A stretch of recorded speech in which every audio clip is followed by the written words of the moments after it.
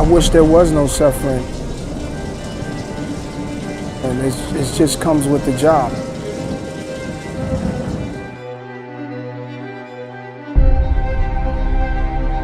Some of the greatest work comes from pain, or some great work comes from love, from loss. It's like wanting to be the best at whatever you do. Never stop until you're the best. Like, I don't believe in doing anything halfway. I believe in going all the way. So you never stop.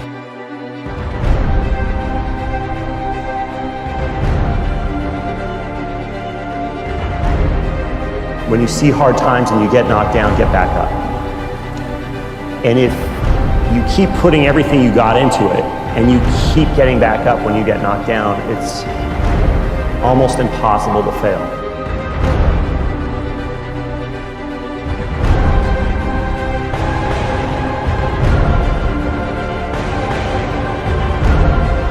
Push until it hurts.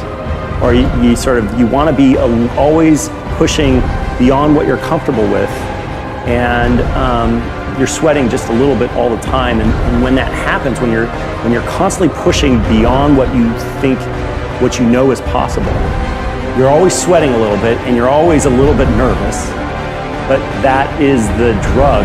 And so when you're pushing like that and you're never really relaxed, then it always feels small.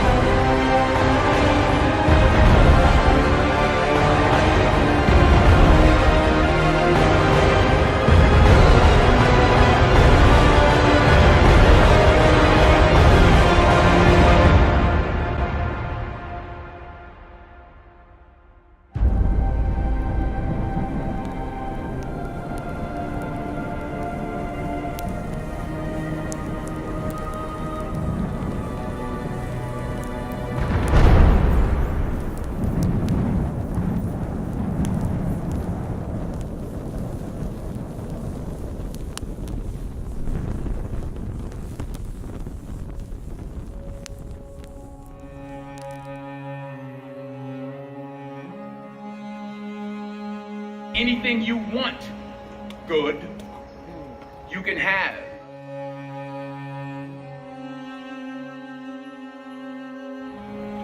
So claim it. Work hard to get it.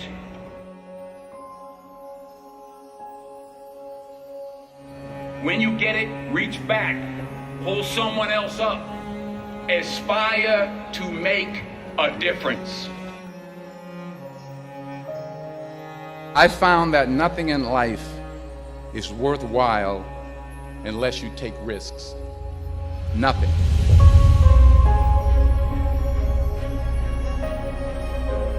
Nelson Mandela said, "There is no passion to be found playing small and settling for a life that's less than the one you're capable of living."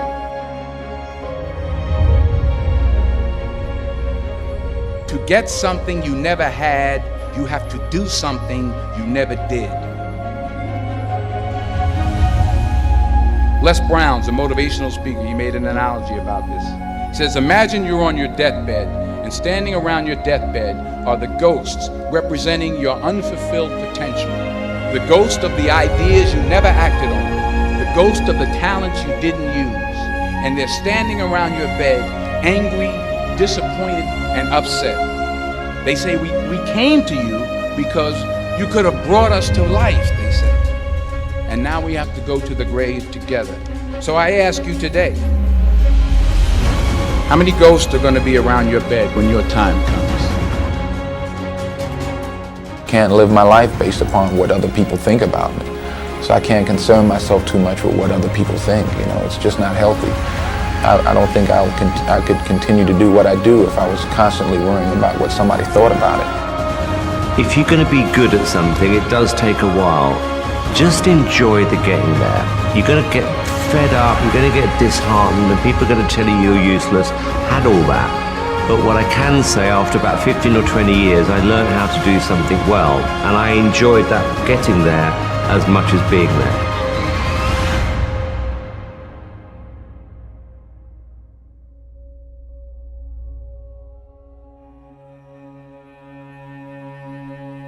Now, I'm sure in your experiences in school and applying to college and picking your major and deciding what you want to do with life, I'm sure people have told you to make sure you have something to fall back on.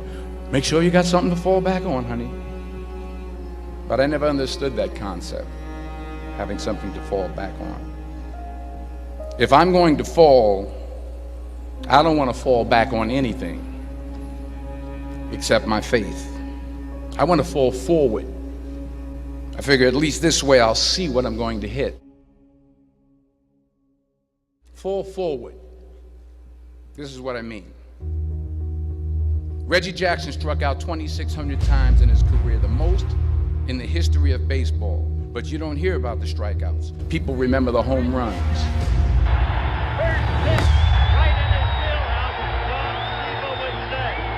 Reggie Jackson now well on his way to becoming the most valuable player in the 1977 World Series. As the pitching skills get better and better, that hitter needs to be able to adapt and adjust.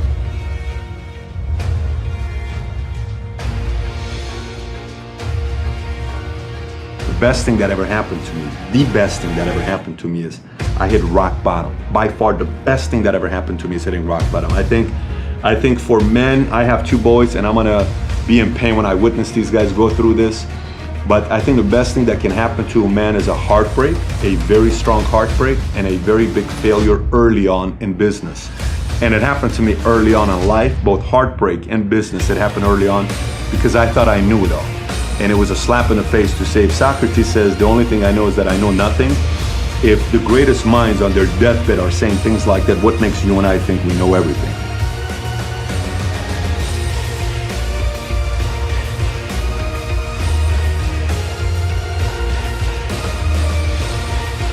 If I'm going to fall,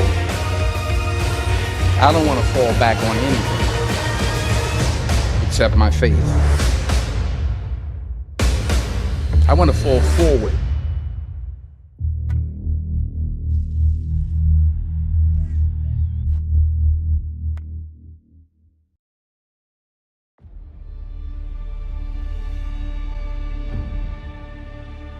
He said, but imagine, if you will, being on your deathbed and standing around your bed, the ghost of the ideas, the dreams, the abilities, the talents given to you by life, and that you, for whatever reason, you never acted on those ideas. You never pursued that dream. You never used those talents. We never saw your leadership. You never used your voice. You never wrote that book. And there they are standing around your bed looking at you with large angry eyes saying, we came to you and only you could have given us life. And now we must die with you forever.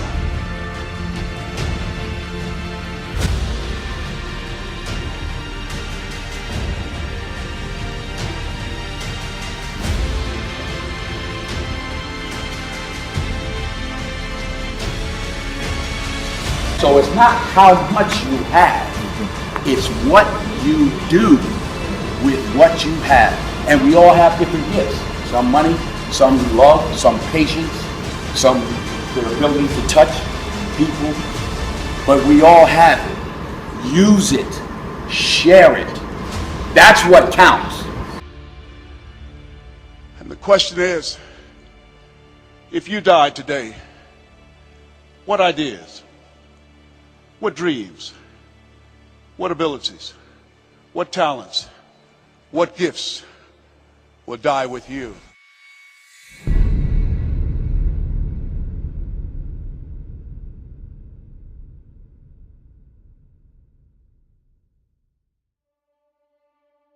Ask the question when you're thinking big, why not you?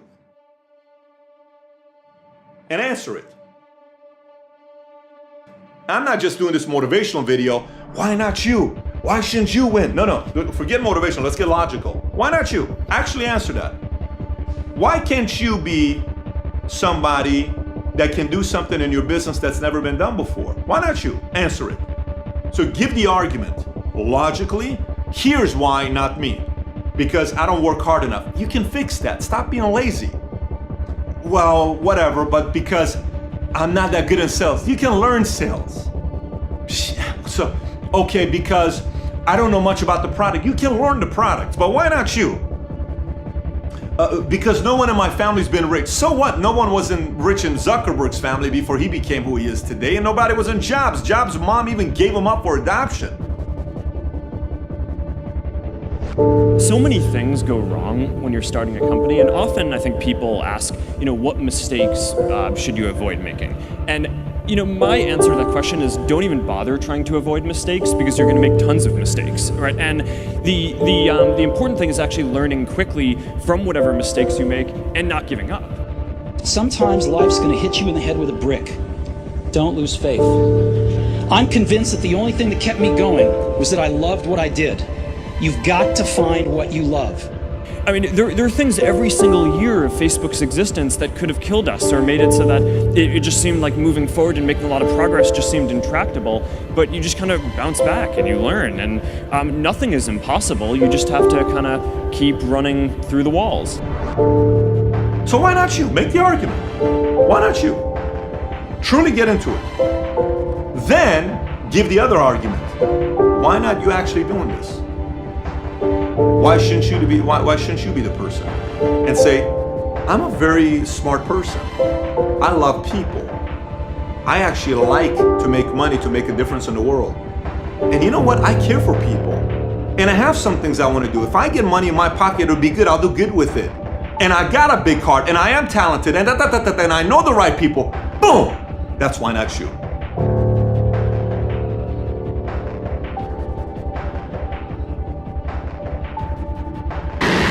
Four years after starting, SpaceX rolled out its first rocket, an unmanned booster called the Falcon 1. Falcon has cleared the tower. But the first 3 test flights failed to reach orbit. When you had that third failure in a row, did you think, I need to pack this in? Never. Why not? I don't ever give up. I mean, I'd have to be dead or completely incapacitated. Who convinced you can't do it? Who convinced you can't be part of a group of people? I watch so many guys on YouTube that, are even some of these guys are considered experts by big magazines and they've written New York Times bestsellers, and they say some shit like, oh, entrepreneurs are born. Give me a damn break. Entrepreneurship can be taught. Entrepreneurship is an inspiration that comes from here for some people that want to solve a bigger problem. What do you mean entrepreneurship is something you're born with? I completely disagree with that statement. Fully disagree with that statement.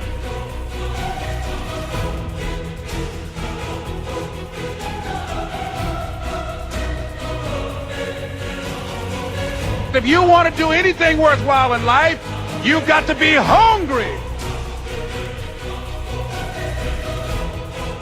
And so I started working to develop myself. He said, I want you to practice every day being a disc jockey. I said, but I don't have any job now. He said, it doesn't matter. He said that it's better to be prepared for an opportunity and not have one than to have an opportunity and not be prepared. So every day I was working to develop myself. And that's what you must do.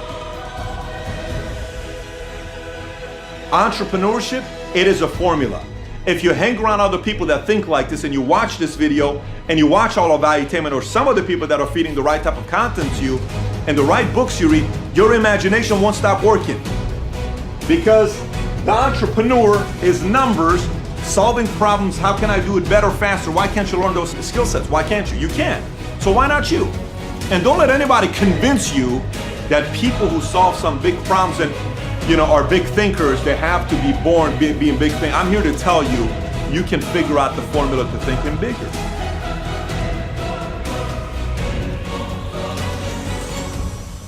Greatness is not this wonderful, esoteric, elusive, God-like feature that only the special among us will ever taste. It's something that truly exists in all of us. It's very simple. This is what I believe, and I'm willing to die for it.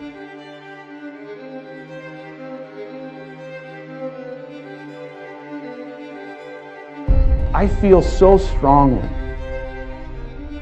that the reason I'm here is I dreamed big dreams. I dreamed the kind of dreams that other people said would not be possible. I'm also living proof. This isn't a Hollywood movie. I come literally from the other side of the tracks. If you saw where I grew up, and we took a picture of it, the neighborhood, the setting, you'd say it's impossible that someone could come from there and get here.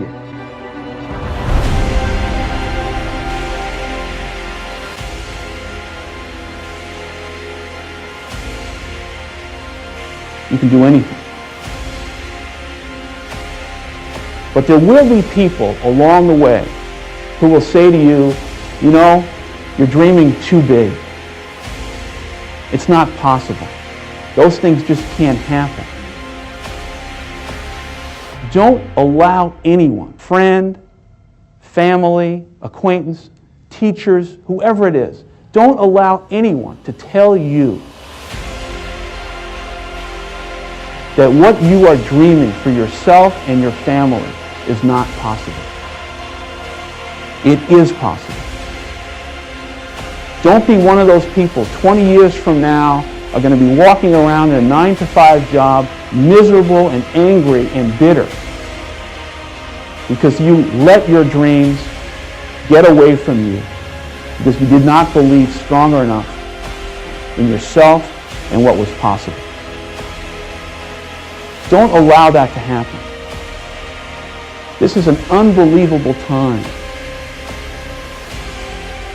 And I can't encourage you enough to continue to think that things are possible and that your dreams can come true.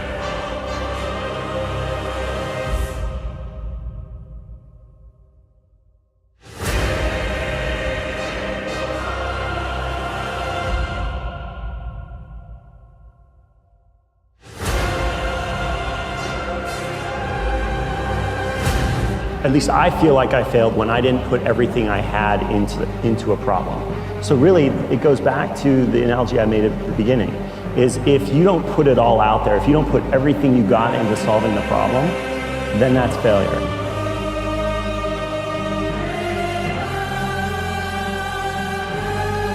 So you have to learn from the mistakes that you make, and you've got to create an environment where people are not afraid to take a risk and not afraid to do things that are beyond what the expectations are.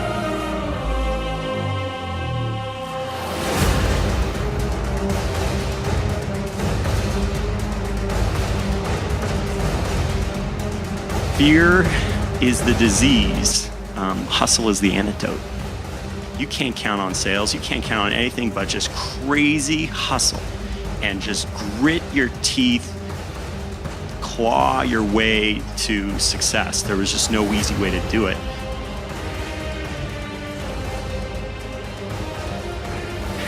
In order to be this disruptive to what's going on, you have to be willing to fight, and you have to not be. You can't be shy. Never stop until you're the best. Like, I don't believe in doing anything halfway. I believe in going all the way. You never stop.